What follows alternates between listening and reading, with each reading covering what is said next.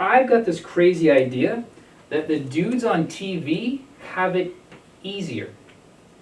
The pros in Major League Baseball, the pros in the NFL, the pros that you see on TV have it easier. They are able to segment out their responsibilities. And there's a number of factors why they have it easier. But if you are a social ref, you've got at least 5 jobs. The problem that a lot of new referees and umpires have, and they can't articulate it, so I'll try and articulate it for them. I may have right, may have wrong. They say, yeah, this isn't for me. Sometimes they don't bother with that, right? Okay, hey, good news, I got offered more work. I got offered another job. They're opting out, right? Why are they opting out? They're opting out because they don't realize that one of the biggest parts of the job has nothing to do with making calls. One of the biggest parts of the job is you're the scoreboard. There's no scoreboard, there's no announcer. You're the announcer in the score. You're announcing balls and strikes and outs and scores and downs and distances and genders and time and timeouts. You're it. And this needs to become like breathing. This needs to become like a second nature. It needs to be such a habit that you don't even think about it. Because if you have to keep thinking about this every time, how are you going to get to be a ref and an ump? So some of this stuff, like the game protocols and the announcer scoreboard stuff, game protocols, I'm talking about ideas like, who moves a spot in the NFL? They've got a whole crew of guys with giant orange sticks. They call them the chain gang, right? And if they really mess up a call, they can just make a call and be like, well, it's really wrong. Somebody in New York's going to overturn it. I got no problem. Somebody's got my scoreboard. Somebody's got my replays. Somebody's got my marks and my spots. And oh, by the way, there's 8 of us. And you've got to be the announcer. And you got to worry about, did people get their team picture, sign the waiver, get their shirt, get their bar coupon, go to the sponsor bar. And since nobody read the rule book, you got to continually be coaching and teaching people not do something really dumb or stupid, or to really even understand why you made a call in the first place. And you got to make all the calls, and you got to keep track of all the game information.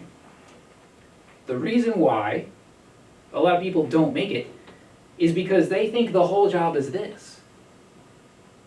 And they might even be good at that part of the job, the roughing up. They might be not good at calls, they might not be good at penalty recognition. So they get lost, and they don't realize that 20% and 30%, that moving of the cone, has to become like breathing. That announcement of the core communication sequence has to become like breathing. And if you can't get it in the classroom, how are you going to get it on the field? If you get on the field, how are you going to keep switching from consistently getting it wrong every 3rd or 4th play to then jumping to your other 2, maybe 3, maybe 4 other jobs? So there's this conflict that develops in them, and they're like, I don't like this. And what do they latch onto when they say, I don't like this? Well, I got yelled at. Well, the weather was bad. Well, it's not for me. But I have a crazy idea that this is one of the reasons why it's not for them. Because they can't form the habit to spit that information out to even get to the other stuff. They don't have the habits on the game protocols. They do not have the habits on the announcements and the score, being the scoreboard. They don't understand it because guess what? We're back to TV ball. One concept that really, really trips people up. You want to talk about TV ball, what's the one thing you have when you watch TV? When you watch the Seahawks on the field, what's the one thing you have? You've got every single stat from that game on the screen. You've got the time. You've got sometimes the timeouts. You've got the quarter. You've got the score. You've got stats going across the bottom from some other teams you're not even watching at that point. All the information is right there. The scoreboard is on the TV screen. When you go out to work, maybe you're using the scoreboard, but in many cases you have to become the scoreboard. It's not very exciting. This is where all the exciting stuff happens, right? Oh, big calls. I made the big call last play. Ooh, man, this is awesome. Is that exciting? Oh man, I gotta babysit these guys. Nope. Is the game protocol exciting? Making sure you move the first? No. Is the announcing, the DD and G and the balls and strikes and the outs and the score exciting? No, and if anything, you mess it up a lot. You mess it up because you don't have the habits and you forget to flip the scoreboard. You forget which inning it is, and you forget, and you don't have the habits, and that's what crushes new people who could be good.